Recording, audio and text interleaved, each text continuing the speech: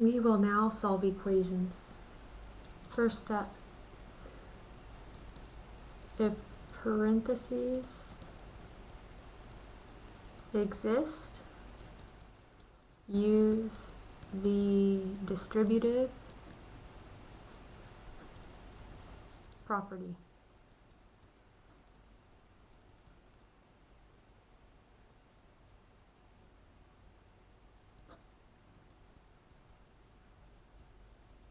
There we go, distributive property. There is a step ahead of this when you have fractions in the equations, and that's in a separate video. Combine like terms.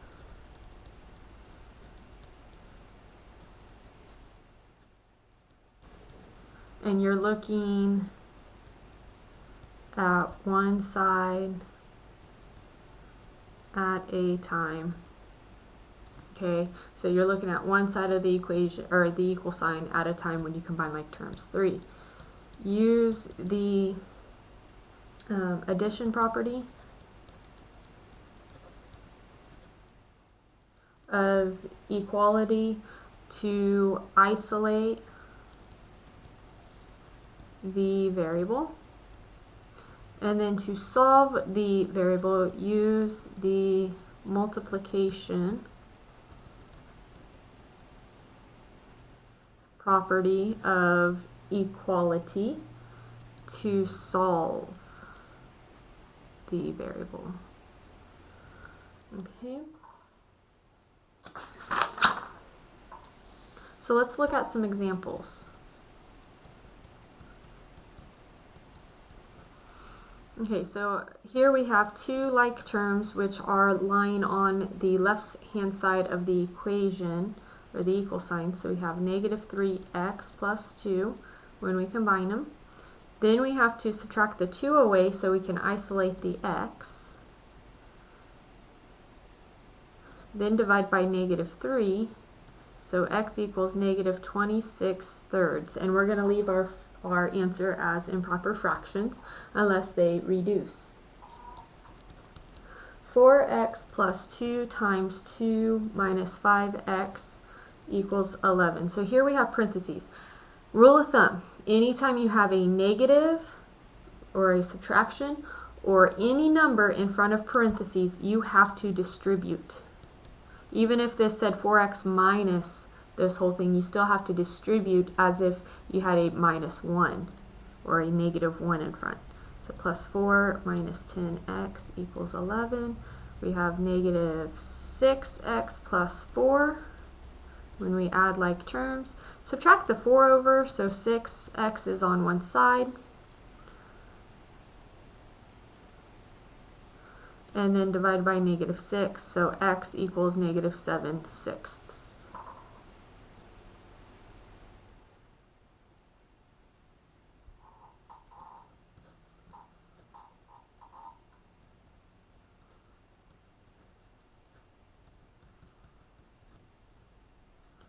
Okay, so here we have multiple steps.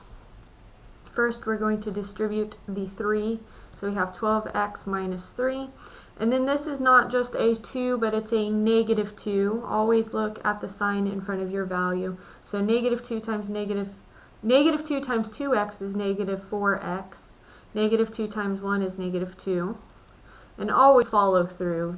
One common mistake is some students leave the second value as the negative 1 or the positive 1. Add like terms.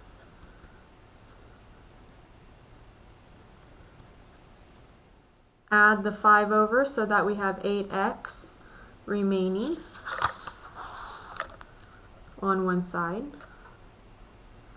What is that, 22? Divide by 8, so you get x equals 22/8, but we can divide by a 2. So that would give us 11/4, which would be our answer. Now, some equations will give us an infinite or no solutions. So here is an example.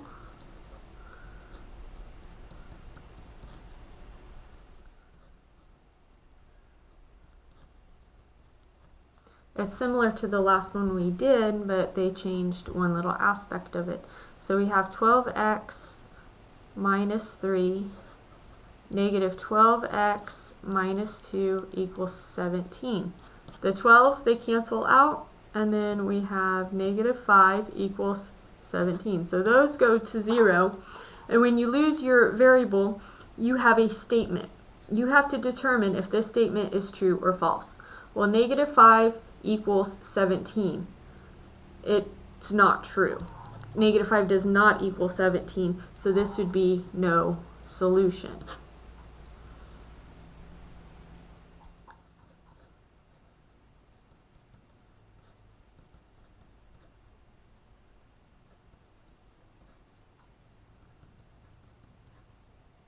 So 4 times 6 is 24x. 4 times 5 is 20.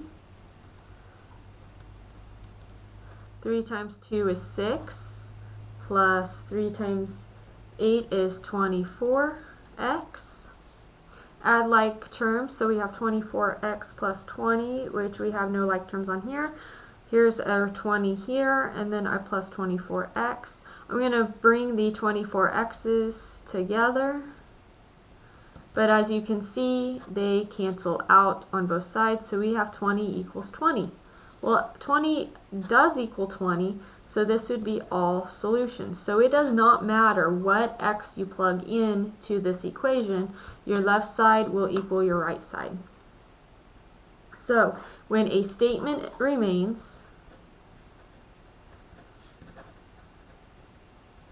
which that is no variables, if you have a true statement, then you'll have all solutions. If it's a false statement, then it would be no solutions, meaning that you can, when it's true, you can plug in any x and it works out. On the false statement, any x you plug in here, you will always get a false statement. And this will conclude this video.